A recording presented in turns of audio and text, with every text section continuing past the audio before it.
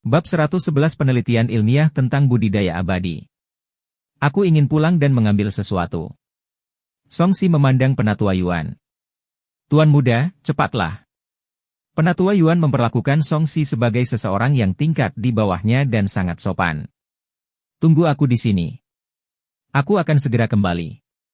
Songsi meminta Liu Rusui dan yang lainnya untuk tetap tinggal. Dia menjadi bayangan pantom dan menghilang dari jalan, kembali ke kediaman Song.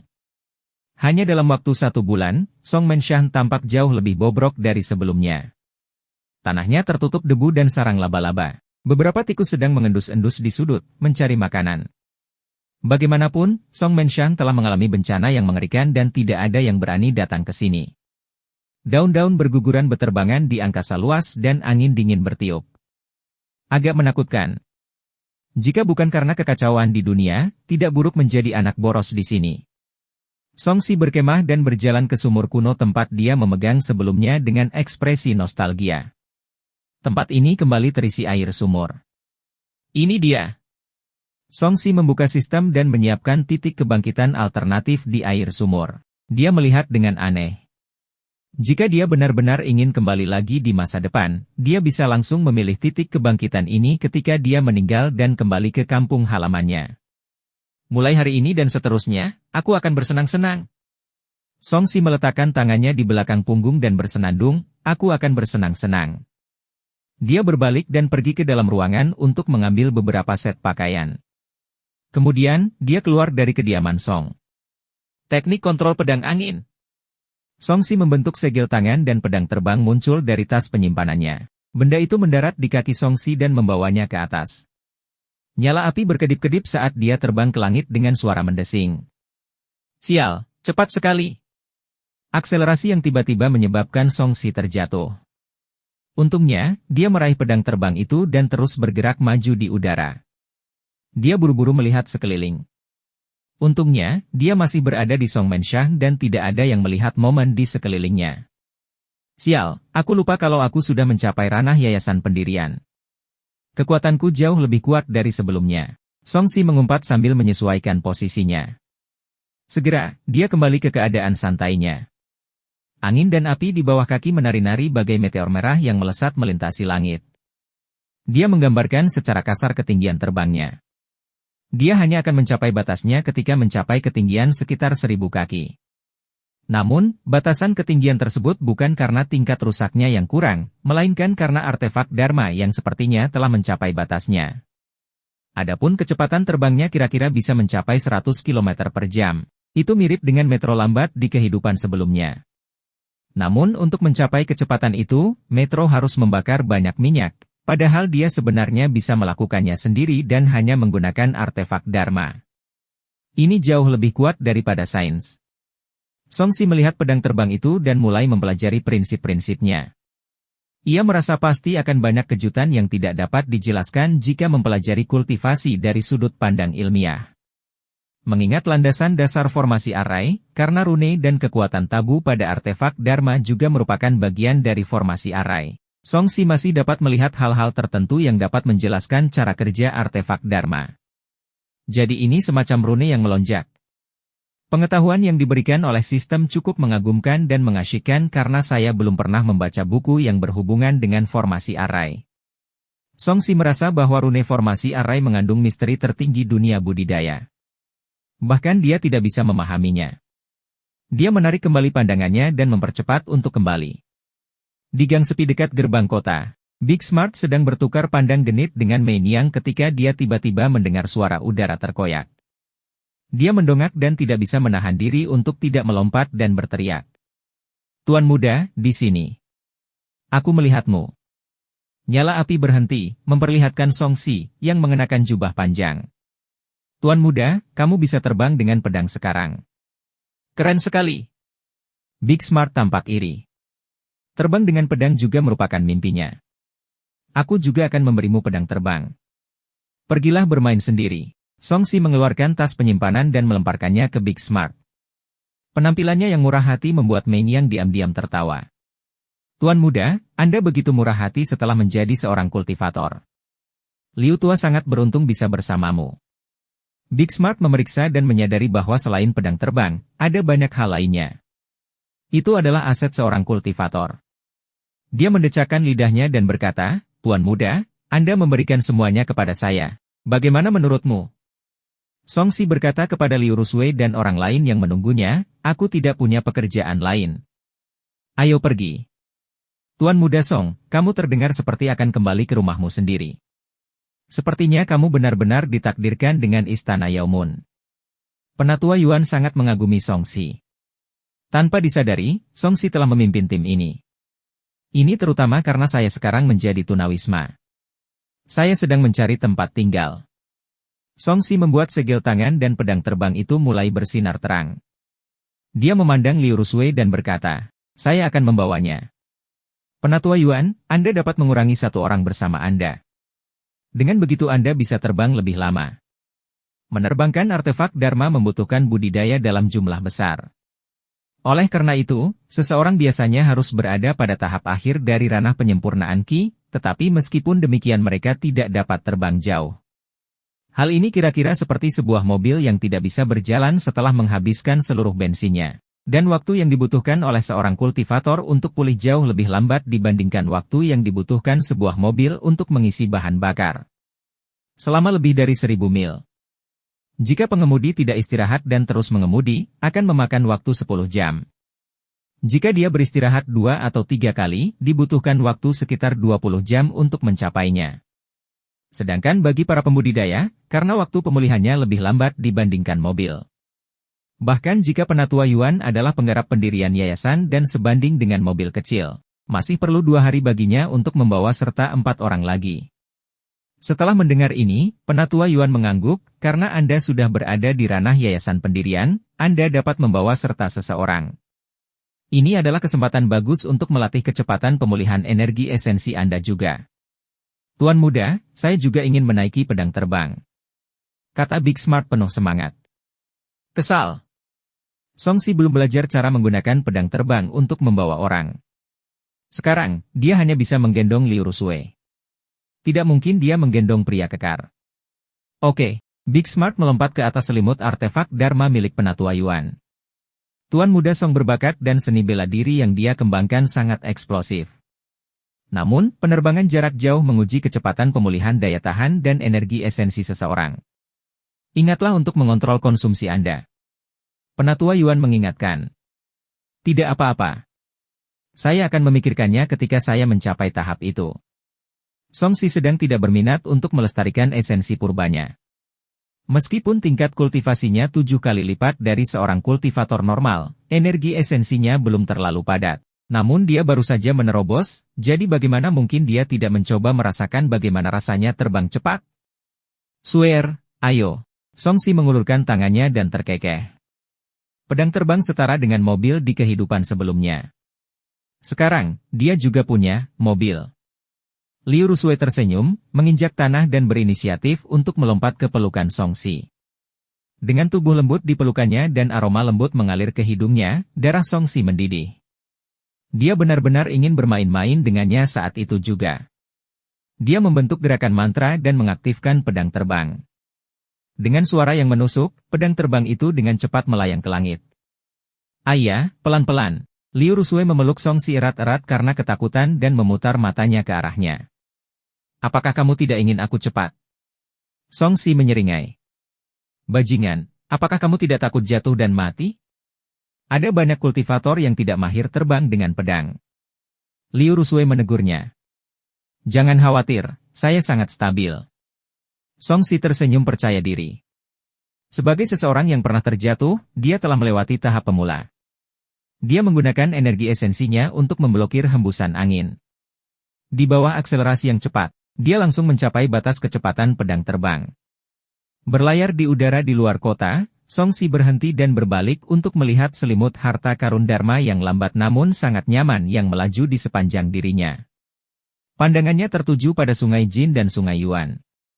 Kedua sungai itu bagaikan ular dan naga panjang yang berlari kencang dan menyatu di kejauhan. Ada sebuah pulau di tengah danau. Ada sebuah kuil di pulau itu dan suara lonceng terdengar. Dia melirik kota Silken, yang memiliki lapisan tambahan aura bobrok dari masa lalu. Meski kampung halamannya bermasalah, itu tetaplah kampung halamannya. Dia masih sedikit enggan untuk pergi begitu tiba-tiba. Songsi menghela nafas, saya harap saya dapat bertemu orang-orang menarik dan menemukan hal-hal menarik dalam perjalanan ini. Kamu ingin bertemu seseorang yang menarik? Liu Rusue sedikit cemburu, ada banyak keindahan di Istana Yaomun. Jangan abaikan aku ketika tiba saatnya. Bagaimana itu bisa terjadi? Kamu adalah teman Dao pertamaku. Tidak peduli wanita seperti apa yang ada, peringkat mereka akan berada di belakangmu. Songsi mencengkeram dadanya dan tertawa sambil terbang mengitari selimut artefak Dharma. Dia merasa sangat heroik. Dia merasa bahwa dia adalah orang yang paling menakjubkan di dunia. Bab 112 Puncak Bulan Sabit. 2 hari kemudian. Di Gunung Dingin, Songsi menggendong Liu Rusue dan berjalan di atas salju. Mereka tampak seringan bulu, tetapi karena energi esensinya sangat kuat, setiap langkah yang diambilnya akan mencairkan es dan salju di tanah. Pada akhirnya, masih ada bekas luka di salju. Sungguh keren. Ini adalah tempat yang bagus untuk cocok ditanam. Songsi menghirup udara panas. Penasaran, dia bisa merasakan ki spiritual es yang padat di udara dari pegunungan salju di sekitarnya. Cantiknya, Liu Rusue mengambil segenggam salju dan meletakkannya di depan hidungnya. Dia mengendusnya dan mengungkapkan ekspresi damai. Sejak dia datang ke dunia es dan salju, dia merasa damai dan sangat nyaman. Tuan muda, Anda mengembangkan kekuatan yang maskulin. Secara logika, kamu seharusnya merasa tidak nyaman datang ke sini, kan? Big Smart mengikuti di belakang, terengah-engah. Saya pada dasarnya adalah yang, tetapi saya juga membutuhkan kekuatan yin untuk menyeimbangkannya. Apakah Anda memahami keseimbangan yin dan yang? Dengan tangan di belakang punggung, terjadilah Songsi tiba-tiba mendarat di kejauhan. Puncak gunung aneh yang tampak seperti bulan sabit terletak di ujung jalan. Mereka sudah berada di atas pegunungan. Puncak gunung berbentuk bulan sabit itu terletak hampir 1000 meter di atas pegunungan. Itu tampak cantik dan tinggi. Gunung itu memancarkan kilau samar, dan beberapa bangunan terlihat. Void di dalamnya sedikit terdistorsi, dan jelas ada formasi arai yang kuat yang melindunginya. Kita masih harus mendaki dalam waktu yang lama untuk mencapai. Songsi tidak berdaya. Sejak dia memasuki daerah pegunungan dan mencapai ketinggian tertentu, dia tidak bisa lagi menggunakan pedang terbangnya. Ini masih menjadi masalah pada artefak Dharma. Ketinggian terbang artefak Dharma terbatas. Sedangkan pedang terbang sampahnya, tingginya hanya bisa terbang sekitar 1000 kaki. Tidak peduli seberapa tinggi ketinggiannya, ia tidak bisa terbang. Oleh karena itu, mereka baru saja mendaki gunung. Artefak Dharma selimut Penatua Yuan tidak dapat terbang setelah mencapai ketinggian 3000 kaki. Dia menggambarkan artefak Dharma pihak lain adalah artefak Dharma kelas menengah. Artefak Dharma bermutu tinggi seharusnya masih bisa terbang pada ketinggiannya saat ini. Paling-paling, mereka tidak akan bisa terbang ke gunung berbentuk bulan sabit. Jangan cemas. Tuan muda tidak tahu bahwa setelah mendekati istana bulan Yao, dilarang terbang jika Anda berada di bawah alam inti emas. Kita hanya perlu berjalan paling lama 100 juta lagi. Saat Penatua Yuan mengatakan ini, dia menyadari bahwa Songsi telah mengeluarkan perahu putih seukuran telapak tangan. Pola awan yang terukir di atasnya dan aura yang dipancarkannya membuat pupil mata mengecil. Artefak Dharma terbang bermutu tinggi. Dia tampak terkejut. Ya. Songsi melempar perahu putih kecil itu. Yang terakhir bersinar terang dan mengembang di salju. Dengan cepat ia berubah menjadi kapal terbang berukuran normal sepanjang 30 kaki yang melayang di udara. Berdasarkan karakteristik ini saja, dapat ditentukan bahwa level kapal terbang ini melebihi artefak Dharma kelas menengah. Ini adalah Cloudbreaker, yang diperolehnya dari undian Lotter System. Ini adalah pertama kalinya dia menggunakannya. Kelihatan bagus. Songsi sangat puas. Perahu itu dibuat dengan indah dan diukir dengan pola awan. Terlihat sangat indah dan langsung menarik perhatian Liu Rusue. Tuan muda, apakah ini milikmu? Liu Rusue menyentuh kapal terbang itu dengan rasa ingin tahu. Dia berpengetahuan luas dan tahu bahwa kapal terbang ini luar biasa. Penatua Yuan memandang Songsi dengan bingung. Bukankah kamu seorang kultivator rahasia? Artefak Dharma ini sangat mahal. Harganya beberapa kali lebih mahal daripada artefak Dharma dengan kualitas yang sama. Ya ya. Saya pernah menghadiri pelelangan bersama para tetua keluarga saya. Kapal terbang semacam ini berharga lebih dari 10.000 batu roh. Liu Rusue mengangguk dan menatap Songsi dengan matanya yang indah. Tuan muda, kamu sangat kaya. Senior mana yang memberikannya padamu? Dia tidak bisa tidak memikirkan teknik budidaya seni bela diri yang dikembangkan Songsi. Itu pasti melibatkan senior yang kuat. Ya, Songsi mengangguk, ada beberapa hal yang tidak bisa kukatakan. Yang perlu Anda ketahui hanyalah bahwa barang itu milik saya. Duduk saja dengan tenang. Dia mengangkat tangannya dan menembakkan aliran energi esensi untuk mengaktifkan Cloudbreaker. Seketika, terdengar suara mendengung dan cahaya putih lembut tersebar saat kapal terbang mendekati mereka. Songsi menggendong Liu Rusue dan melompat ke atas kapal terbang. Penatua Yuan tidak mengikuti upacara dan mengikuti di belakang bersama Big Smart dan Mei Niang. Sesaat kemudian, cahaya putih bersinar terang. Kapal terbang itu dengan cepat bergerak dan melesat ke angkasa. Ia terbang menuju gerbang gunung dengan kecepatan yang sangat cepat. Mengapa saya merasa kapal terbang ini tidak dibatasi sama sekali? Songsi terkejut dan bertanya, Penatua Yuan, bagaimana kita menghitung batas ketinggian untuk artefak Dharma terbang? Berapa banyak rune melonjak yang terukir pada perangkat observasi ini? Semakin banyak, semakin tinggi batas terbangnya. Jika itu membentuk formasi arai, tidak masalah untuk melayang 100.000 kaki ke langit. Penatua Yuan mengukur Cloudbreaker. Seharusnya tidak menjadi masalah bagi kapal terbang Anda untuk mencapai ketinggian 10.000 kaki. Namun, semakin tinggi Anda terbang, semakin banyak energi esensi dan budidaya yang perlu Anda konsumsi. Anda harus siap secara mental. Jadi begitu. Saya hanya ingin tahu tentang apa yang menentukan ketinggian penerbangan. Songsi menyadari dan terus menyuntikkan kekuatan ke dalam Cloudbreaker.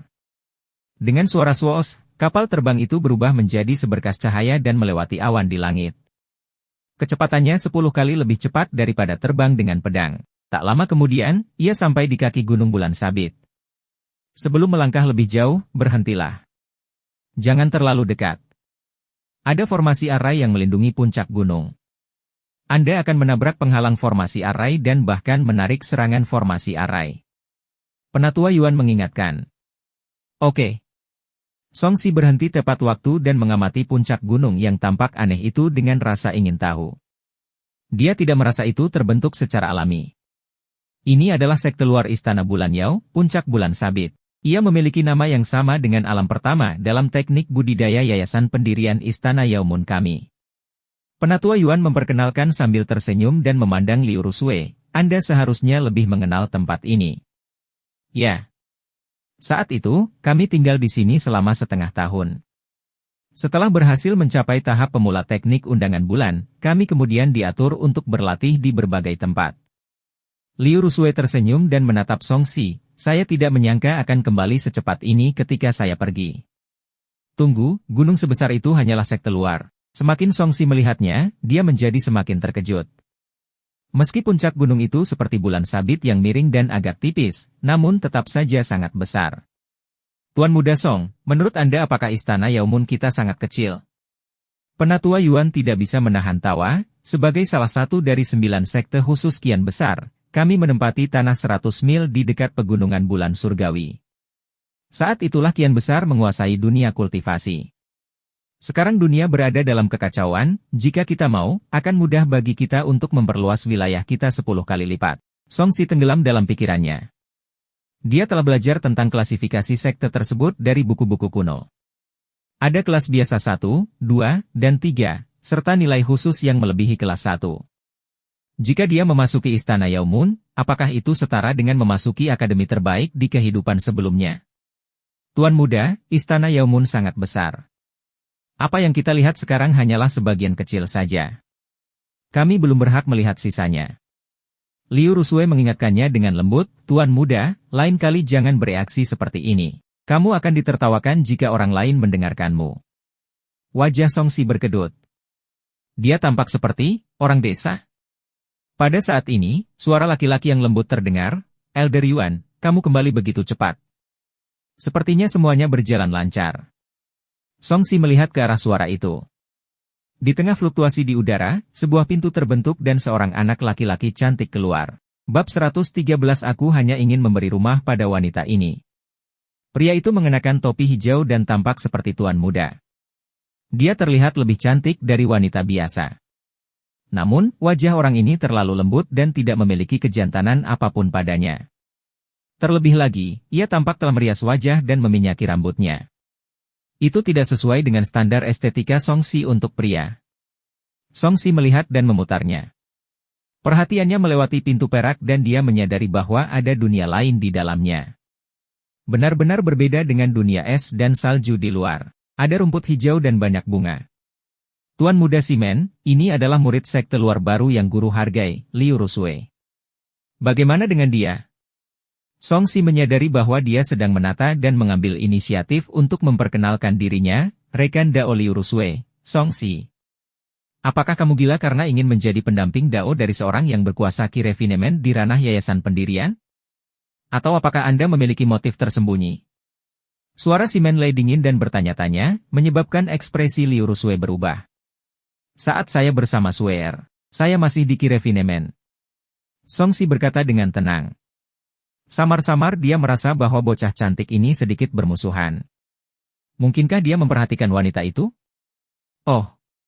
Simen Lei berkata dengan penuh arti, apakah memang ada hal yang bagus? Senior, memang begitu. Liu Rusui menjelaskan. Tuan muda Simen, saya sedang bersiap untuk membawa sebagai pendamping Dao murid sekte luar. Tolong saya bantu mendaftar.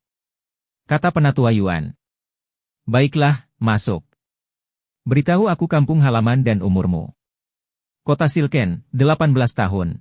Song Si dengan tenang menjelaskan masalahnya. Ekspresi Simen Lei berubah saat dia menilai Song Si, kamu baru berusia 18 tahun? Kamu bisa menghitung aku 19 kalau kamu mau. Song Si merasakan bahwa permusuhan orang ini terlihat sedikit jelas. Elder Yuan, apakah kamu yakin tidak ada yang salah di sini? Penggarap pendirian yayasan mana di usia muda yang tidak jenius dalam sebuah sekte? Bagaimana mungkin seorang murid sekte luar yang sedang berlatih bisa begitu beruntung bertemu dengannya dan bahkan menjeratnya sebagai rekan Dao? Penampilan Simen Lei yang mencurigakan membuat Penatua Yuan mengerutkan kening. Tuan muda Simen, dunia sedang dalam kekacauan sekarang. Banyak mutiara yang tadinya tersembunyi kini bermekaran satu. Anda harus tahu tentang ini. Misalnya, belum lama ini, dia membangunkan tubuh roh terhubung di kota kekaisaran. Dia mencapai ranah yayasan pendirian hanya dalam 2 bulan dan orang itu hanyalah keturunan dari keluarga Fana. Lalu apa istimewanya dia? Mengapa dia bisa berada di ranah yayasan pendirian pada usia yang begitu muda? Simen Lei ingin menyelesaikan masalah ini. Seharusnya karena dia memiliki tubuh Dharma yang terhubung. Seharusnya lebih mudah bagi orang-orang seperti itu untuk mencapai ranah yayasan pendirian, bukan? Penatua Yuan menyuarakan tebakannya. Song Si baru berada di tingkat ke-10 dari penyempurnaan Qi sebelum dia mencapai yayasan pendirian. Mustahil baginya mempunyai waktu untuk mengembangkan tubuh Dharma. Namun, badan Dharma yang terungkap pada saat pendirian yayasan berada di alam Chonate. Hubungkan tubuh Dharma.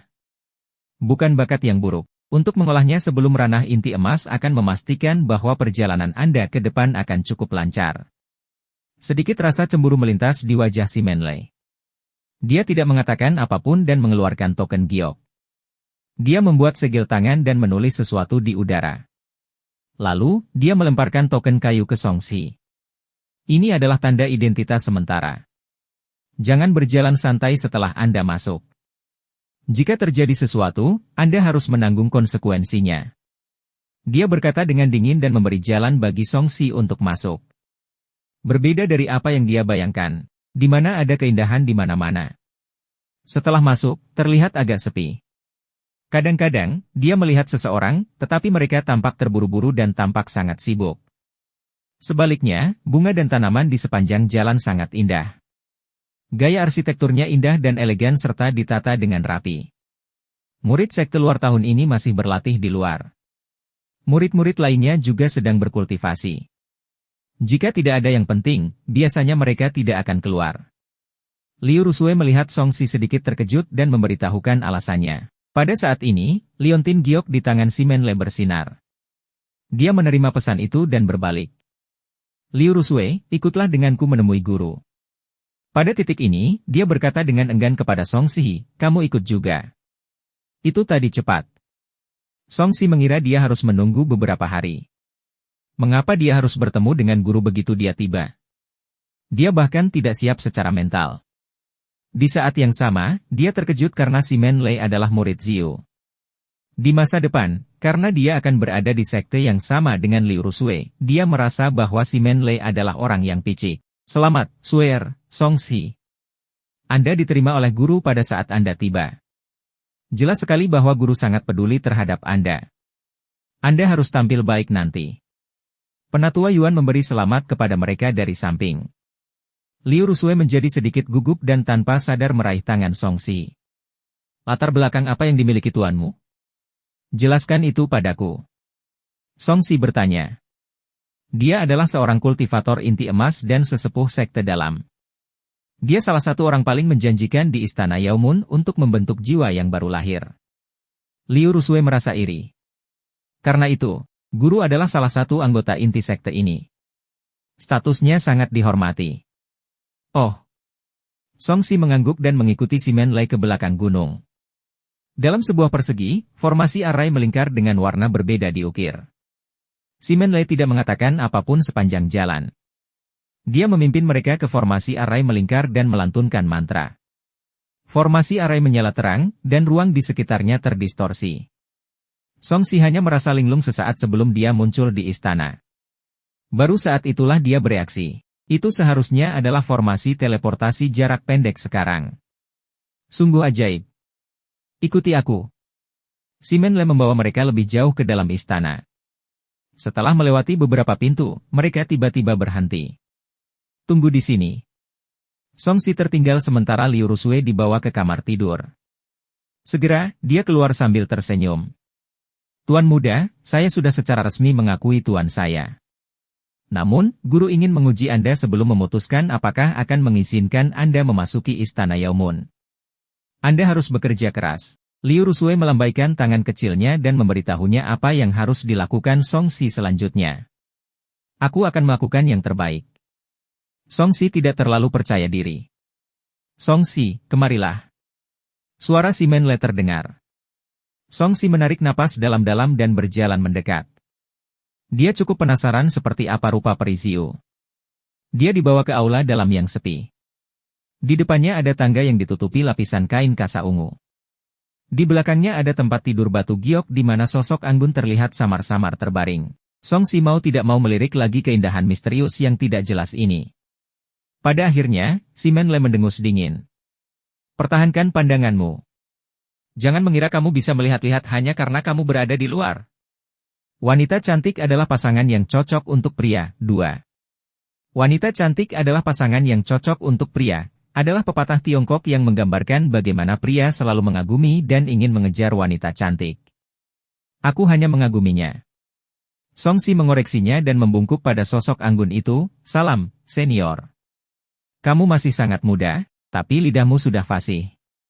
Berapa banyak wanita yang ingin kamu sakiti dengan datang ke istana Yaomun? Ziyu berbicara. Suaranya senyaman suara peri dan membawa mantra berbeda yang membuat orang ingin mendengarkannya selamanya. Saya tidak bermaksud menyakiti para wanita ini. Saya hanya ingin memberikan rumah kepada wanita yang saya suka. Jawab Song Si tanpa malu-malu. Dia tidak takut pada para kultivator inti emas. Lagi pula, dia sudah cukup banyak berinteraksi dengan mereka. Beraninya kamu? Tahukah kamu apa yang kamu bicarakan? Si Men Lei memarahi. Dia merasa Song Si sedang menggoda peri Ziyu. Leer, kamu turun dulu. Peri Ziyu tidak marah. Sebaliknya dia meminta si Men Lei pergi. Anak laki-laki cantik ini memandang Song Si dengan dingin, permusuhannya terlihat jelas. Apakah ada yang salah dengan kepala orang ini? Kenapa dia memusuhiku? Song Si bingung. Dia belum pernah berkonflik dengan orang ini sebelumnya. Ini jelas merupakan pertemuan pertama mereka. Bab 114 Aku bersedia mati demi dia. Kamu bertanya-tanya mengapa dia memusuhimu. Perasaan surgawi Ziyu dapat mengetahui gambaran bahwa Song Si sedang bingung. Ya, aku bertanya-tanya apakah aku terlalu tampan dan ramah tamah sehingga membuat orang iri. Song Si mewaspadai wanita ini. Pengamatannya yang terlalu detail, membuatnya sulit menyembunyikan pikiran. Aku pernah bertemu orang-orang yang percaya diri sebelumnya, tapi mereka masih sedikit dibandingkan kamu. Ziu memandang Songxi dengan penuh minat. Apakah kamu tertarik menjadi muridku? Suara menyihir itu menyebar. Songxi sedikit bingung. Apa maksudnya? Saya hanya orang luar. Bagaimana saya bisa mengakui senior sebagai tuan saya? Jika Anda bersedia, secara alami itu mungkin. Tidak.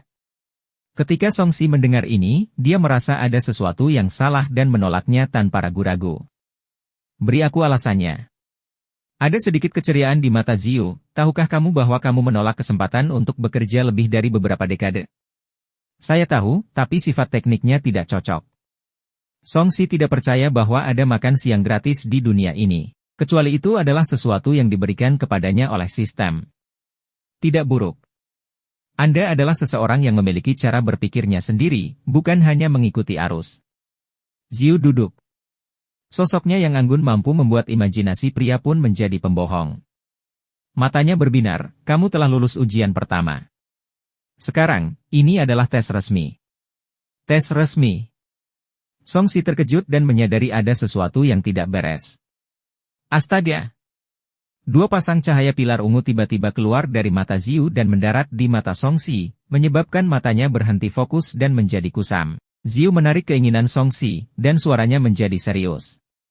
Dia bertanya, namamu Songxi? Ya. Kapan kamu mulai memagari? 2 bulan yang lalu. Songxi tidak banyak bicara. Dia khawatir Ziu akan membocorkan rahasianya. Ziu mengerutkan kening ketika dia mendengarnya. Bagaimana mungkin dia bisa mencapai yayasan pendirian dalam 2 bulan? Apalagi memiliki tubuh Dharma yang terhubung tidak seharusnya seperti ini, bukan? Liu Rusui baru memberikan panduan budidaya sebulan yang lalu. Mengapa Anda mulai menganut 2 bulan yang lalu? Berlatih seni bela diri. Ziu sepertinya sedang berpikir keras. Dia tidak bertanya lebih jauh untuk menghindari Songxi. Sebaliknya, dia mengubah topik pembicaraan. Apakah ada yang memintamu untuk bergabung dengan Istana Yaomun? Liu Rusui memintaku untuk bergabung. Siapa lagi? Penatua Yuan. Siapa lagi selain mereka berdua? Itu saja. Ziu berhenti dan menatap Songxi dengan serius. Dia yakin anak ini benar-benar terhipnotis dan tidak berbohong padanya. Songxi menjawab dengan bingung, seolah dia berbicara dari lubuk hatinya. Namun kenyataannya, kekuatan spiritual Songxi jauh lebih kuat. Metode visualisasi Grand Moon memungkinkan dia untuk tetap sadar jauh di dalam kesadarannya, meskipun dia tidak bisa bangun. Keadaannya sekarang seperti sedang bermimpi jernih. Dalam mimpinya, dia yang lain sedang berdiri di istana, menjawab pertanyaan dengan ekspresi kosong. Namun, dia berdiri di samping. Dia tidak bisa mengendalikan tubuhnya dan hanya bisa mengendalikan ucapannya. Saat ini, dia sangat takut dan berpikir, wanita ini sebenarnya mengetahui trik seperti teknik menyihir dan ingin mendapatkan informasi dari saya. Tatapan Ziu berubah, dan ada tatapan yang tidak bisa dijelaskan di matanya. Dia tersenyum dan berkata, bagaimana kamu bertemu dengannya? Dia adalah nyonya rumah baru di New Moon Brothel pada saat itu. Saya menghabiskan banyak uang untuk mempekerjakannya. Selain dia, wanita apa lagi yang kamu miliki? Tidak ada siapa-siapa. Apakah kamu menyukainya? Saya bersedia. Seberapa besar kamu menyukainya? Aku tidak tahu bagaimana menjawabnya, tapi aku rela mati demi dia. Pupil mata Ziu mengerut saat dia melihat Songxi dengan bingung. Orang yang terjebak olehnya, ilusi Ziu berbicara dari lubuk hatinya. Pria ini benar-benar akan mati demi seorang wanita. Dia benar-benar orang yang langka di dunia kultivasi. Dia bertanya dengan rasa ingin tahu, lalu mengapa kamu rela mati demi dia? Dia wanitaku. Wajar jika aku mati demi dia. Terlebih lagi, dia banyak membantu saya dan bahkan memberi saya teknik kultivasi. Tidak ada cara untuk membalasnya. Tatapan Ziu menjadi lebih berwarna. Dia tidak menyangka tuan muda sekuler ini begitu setia. Ini jarang terjadi di dunia budidaya. Anak muda, sungguh naif. Dia terkekeh. Aku dengar kamu bergabung dengan divisi pembunuh iblis? Saya adalah pembantu sementara selama beberapa hari. Hanya pembantu sementara? Ya, meskipun saya belum sempat mendapatkan informasi apapun dari mereka. Songxi masih memikirkannya. Ziu mencibir. Orang-orang itu senang mencari pembantu sementara. Jadi mereka tidak perlu membayar ketika mereka meninggal. Dia bertanya dengan rasa ingin tahu, apa yang kamu peroleh di divisi pembunuh iblis? Itu hanya mantra tingkat rendah. Mereka tidak memberi saya apapun lagi. Ini suatu kerugian. Sepertinya kamu punya masalah dengan itu. Ya, menurutku mereka memanfaatkanku sesuai keinginan mereka. Mendengar bahwa Songsi tidak memiliki hubungan mendalam dengan divisi pembunuh iblis, Ziyu bertanya lagi. Dari mana teknik budidaya seni bela dirimu berasal? Jantung Songsi berdetak kencang. Dia benar-benar meminta masalah kali ini. Dia berkata, seorang senior memberikannya kepada saya. Ziyu menyipitkan matanya dan meninggikan suaranya. Siapa nama mereka? Aku tidak tahu. Dia tiba-tiba muncul 2 bulan lalu dan memberi saya teknik kultivasi. Dia mengatakan bahwa jika saya mengembangkan teknik kultivasi dengan sempurna, saya akan memiliki kesempatan untuk bertemu dengannya lagi. Songsi tidak punya pilihan selain berbohong. Jika tidak, dia tidak akan bisa menjelaskan asal-muasal teknik budidaya tersebut. Ziyu menatap Songsi dan terdiam. Songsi gugup. Mungkinkah dia menyadari bahwa dia tidak sepenuhnya berada di bawah pengaruhnya? Sesaat kemudian, Ziyu tiba-tiba bertanya, apakah kamu menyukaiku? Songsi ingin mengutuk dalam hatinya. Menghipnotisnya untuk meminta informasi adalah satu hal bagi wanita ini, tetapi dia sebenarnya harus menanyakan pertanyaan ini. Dia hanya bisa berkata dengan bingung, saya tidak tahu. Aku suka wanita cantik, tapi aku belum pernah melihatmu sebelumnya. Jadi aku tidak yakin. Apakah kamu seorang hidung belang? Saya pelin-pelan, saya tertarik pada wanita cantik. Di tengah tawanya, Ziyu menganggap pikiran batin Songsi menarik dan merasa geli. Tubuh Songsi bergetar dan dia terbangun dari kebingungannya. Tawa di telinganya menjadi lebih jelas, dan Songsi sadar kembali. Dia menatap Ziyu dengan bingung. Wanita ini tahu cara menghipnotis orang. Jika dia baru saja dikendalikan sepenuhnya, apakah dia akan mengungkapkan sistemnya? Memikirkan hal ini, dia tidak bisa menahan gemetar ketakutan. Ziyu sangat puas dengan reaksi ini. Dia tersenyum dengan elegan. Jangan gugup. Ini adalah ujian yang harus Anda lalui untuk memasuki Istana Yaumun. Kamu telah lulus. Terima kasih atas masalahmu, senior. Songsi berpura-pura bersyukur dan tidak menyadari apa yang telah terjadi. Kamu boleh pergi. Saya akan mengatur seseorang untuk menjadikan Anda seorang tetua sekte luar. Ya. Songsi akhirnya pergi dengan ketakutan yang masih ada di benaknya. Dia baru saja tiba di Istana Yaumun, tapi wanita ini telah memberinya pelajaran dan hampir membuatnya membuat kekacauan besar. Setelah dia pergi, Ziyu melihat ke balik pintu, keluar. Seorang wanita berpakaian putih keluar dengan air mata berlinang. Itu adalah Liu Rusue. Dia melihat ke pintu dengan bingung dengan senyuman di bibirnya. Bocah bodoh, siapa yang memintamu mati demi aku? Meskipun dia menegurnya, kelembutan dan rasa manis di matanya semakin meningkat. Suami dan istri adalah burung dari hutan yang sama satu. Adalah hal biasa bagi mereka untuk terbang menjauh satu sama lain saat terjadi bencana, baik di dunia kultivasi maupun di dunia fana. Terutama di dunia kultivasi di mana orang-orang acuh tak acuh satu sama lain, orang-orang yang rela mati demi rekan dao mereka sangatlah jarang. Fondasi rekan daomu tidak buruk, tapi dia sedikit berubah-ubah. Ziyu berkomentar, namun, dia ada hubungannya dengan divisi pembunuh iblis dan pusat kekuatan seni bela diri yang misterius. Menurut aturan istana, dia tidak bisa memasuki sekte dalam untuk saat ini. Saya mengerti. Liu Rusue menyeka air matanya dan membungkuk hormat. Dia tentu saja tidak keberatan.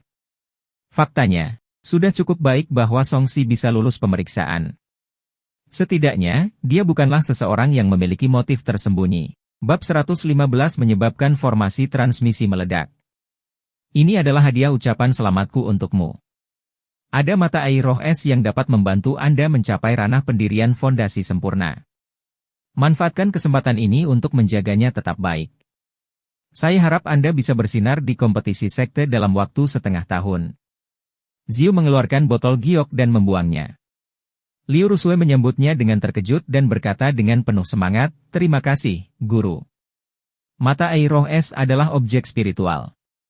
Tidak hanya mengandung ki spiritual yang melimpah, itu juga merupakan item yang paling cocok untuk penggarap yayasan pendirian tipe S seperti dia. Dengan bantuan benda ini, tingkat keberhasilannya dalam mengolah tubuh roh es akan jauh lebih tinggi. Tingkat pukulan rekan Dao Anda lebih tinggi dari Anda. Jika Anda lebih sering memegang ganda di dalamnya, tidak akan menjadi masalah bagi Anda untuk mencapai ranah yayasan pendirian dalam waktu setengah tahun. Zhou mengingatkannya dan membiarkan Liu Rusue pergi. Dia mengeluarkan tokennya untuk mengirim pesan dan membuat beberapa pengaturan. Dia mendekat pada dirinya sendiri. Seorang pria yang belum pernah melihat dunia berbicara dengan mudah sekarang. Saya harap Anda masih bisa mengatakan hal seperti itu setelah beberapa saat. Liu Rusue mengucapkan selamat tinggal kepada iPhone dengan gembira dan hendak mengejar Song Si ketika si Manley berhenti. Saudari Junior, guru meminta saya untuk mengatur tempat tinggal Anda. Ayo pergi. Di mana Song Si?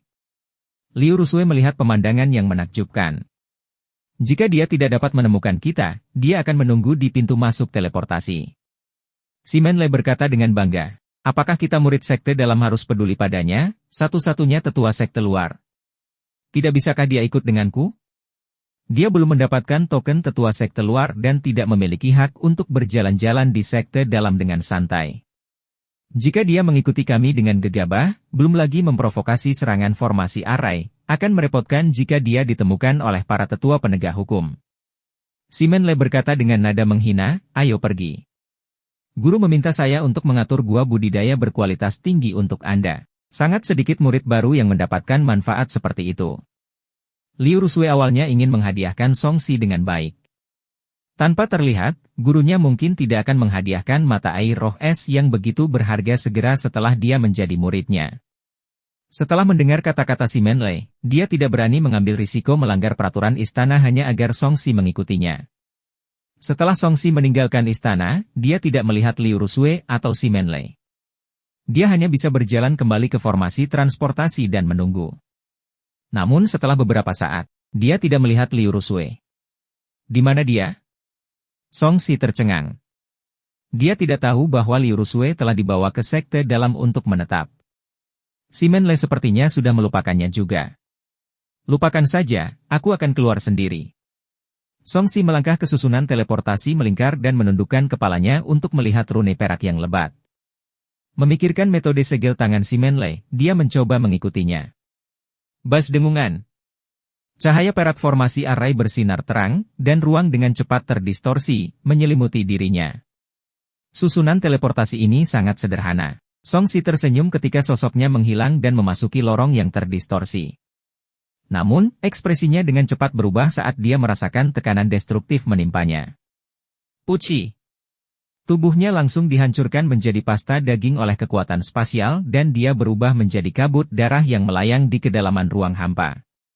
Sebelum meninggal, Song Si bahkan tidak sempat bereaksi. Jiwanya muncul dari kabut darah dan melihat sekeliling dengan kebingungan. Ding! Kamu telah diratakan oleh kekuatan ruang. Fisik I-10. Kamu telah menyerap kekuatan dari kematian dan memperoleh 5 poin atribut kebebasan. Kamu akan dibangkitkan dalam 3 detik. Tidak ada lokasi kebangkitan yang ditetapkan. Kebangkitan di tempat secara default. Anda dapat memilih titik kebangkitan alternatif. Apakah kamu ingin memilih? 3 detik relatif lama baginya. Ketika Song Si sadar kembali, dia sedikit terdiam. Metodenya salah. Tapi dia tidak tahu bahwa dia akan dihancurkan sampai mati oleh formasi arai. Itu cukup menarik. Mungkinkah ini yang disebut ruang dalam yang tidak dapat disentuh seseorang tanpa kekuatan yang cukup? Song Si melihat ke arah kehampaan hitam dan terdistorsi di sekelilingnya dan menyadari bahwa tidak ada banyak tekanan saat dia berada dalam kondisi jiwa. Artinya, jiwa memang merupakan bola energi khusus. Dia tidak memilih titik kebangkitan alternatif. Jika dia melakukannya, dia tidak akan bisa terus mati dan akan langsung kembali ke kota Silken. 3 detik kemudian, Song Si langsung bangkit kembali. Segera, tekanan mengerikan muncul lagi. Dia mencoba melawan, tetapi hasilnya adalah tingkat kekuatan mereka tidak sama. Segera, Song Si dihancurkan menjadi pasta daging dan mati tanpa jiwanya padam. Ya Tuhan, saya tidak sengaja menemukan cara mati yang sangat baik. Song Si sangat bersemangat. Pada saat ini, dia seharusnya terjebak di ruang antara sekte dalam dan luar dan tidak bisa keluar. Dia tidak cukup kuat dan akan terus-menerus dihancurkan oleh kekuatan spasial. Kekuatan ini bersifat menyeluruh. Belum lagi seorang penggarap yayasan seperti dia, bahkan Raja Inti Emas pun tidak akan mampu menahan kekuatan kekosongan ini tanpa perlindungan harta dharma. Songsi terus mati. Setelah 10 kali, hadiah dasar hilang. Dia menerima total lebih dari 50 poin fisik dan 20 poin atribut kebebasan. Di dunia luar, Simen Le mengatur tempat tinggal untuk Liu Rusui. Setelah memberikan item standar kepada murid sekte dalam, dia membawa Liu Rusui ke area teleportasi lagi. Adik junior, meskipun sekte dalam dan luar tidak berjauhan, demi keamanan, formasi array spasial telah dibentuk. Anda harus masuk dan keluar melalui susunan teleportasi. Ingat ini. Simen Le mengingatkannya. Dia melihat ke pintu masuk dan mengerutkan kening, di mana Songsi? Lingkungan sekitar platform teleportasi kosong. Songsi tidak terlihat. Mungkin dia tidak melihat kita keluar dan pergi ke pintu guru untuk menunggu kita. Liu Rusui masih tidak tahu bahwa Songsi sedang melakukan kematian. Atau dia dengan terburu-buru mengaktifkan susunan teleportasi jarak pendek. Pada saat ini, dia terjebak di kedalaman kehampaan dan terus-menerus dihancurkan sampai mati oleh kekuatan spasial. Mustahil. Jika guru tidak memiliki siapapun untuk ditemui, tidak ada yang bisa mendekati Aula Violet Moon. Simen Le berjalan mengitari lorong terdekat, tapi dia masih tidak melihat Songsi. Wajahnya menjadi gelap, mungkinkah orang ini secara acak memasuki area lain di sekte dalam? Tidak, bukankah itu berarti ada bahaya? Liu Rusui terkejut. Dia tahu bahwa ada formasi array di mana-mana di istana. Jika dia secara tidak sengaja memasuki barisan pembunuhan, bahkan seorang penggarap yayasan pendirian tidak akan mampu menahannya. HMPH, jika dia menginginkan kematian, dia tidak bisa menyalahkan kita. Simen Le mendengus. Liu Rusui sangat cemas hingga dia hampir menangis. Dia menyalahkan dirinya sendiri, dia mungkin tidak akan melakukan apapun dengan gegabah. Dia mungkin tersesat. Retakan. Suara yang tajam menarik perhatian mereka. Retakan muncul pada susunan teleportasi pada platform batu. Cahaya perak menjadi kacau, dan lebih banyak retakan muncul seperti sarang laba-laba. Ekspresi Simen Le berubah drastis. Apa yang sedang terjadi? Mengapa ada masalah dengan susunan teleportasi jarak pendek ini? Dia mendekati formasi array dalam sekejap dan terkejut ketika melihat retakan di atasnya. Kakak senior, bantu aku mencari Tuan Muda Song. Liu Rusui tidak peduli apakah susunan teleportasi rusak atau tidak. Dia hanya mengkhawatirkan keselamatan Songsi. Jika dia mati, biarlah. Formasi teleportasi ini sangat berharga. Membiarkan penatua Zhao memperbaikinya akan memakan banyak biaya. Simen Le sama sekali tidak peduli dengan kehidupan Songsi. Sebaliknya, dia sangat gugup dengan susunan teleportasi. Dia bahkan bergumam, jangan putus. Jangan rusak. Akan sangat merepotkan jika rusak. Mungkin berdoa berhasil. Formasi teleportasi tiba-tiba menjadi tenang tetapi saat dia menghela nafas lega. Retakan. Retakan baru muncul pada saat itu dan formasi teleportasi terus retak. Setelah beberapa kali berturut-turut, seluruh formasi array meledak dengan suara yang memekakkan telinga, hancur berkeping-keping. Ruang terdistorsi sesaat, membentuk lingkaran kekuatan gelombang kuat yang membuat Simen Le terbang. Ah, kenapa? Simen Le jatuh ke tanah dan muntah darah. Dia bertanggung jawab atas pintu masuk ini dan karena susunan teleportasinya rusak, dia pasti akan disalahkan. Songsi tidak tahu bahwa dia telah mengumpulkan formasi teleportasi. Tubuhnya, yang terperangkap di kedalamannya yang bersinar dengan cahaya keemasan. Dia baru saja meningkatkan fisiknya menjadi tubuh Vajra Dharma kelas atas. Lanjutkan, tingkatkan ke tubuh roh. Saat dia memikirkan hal ini, ruang tiba-tiba menjadi kacau. Kekuatan ruang angkasa menyapu dirinya seperti badai dan mengusirnya. Di kaki puncak bulan sabit, ruang hampa terbelah dan sesosok tubuh yang memancarkan cahaya keemasan terjatuh. Seperti pedang, orang ini jatuh ke tanah dan masuk ke dalam celah yang disebabkan oleh void yang membelah tanah.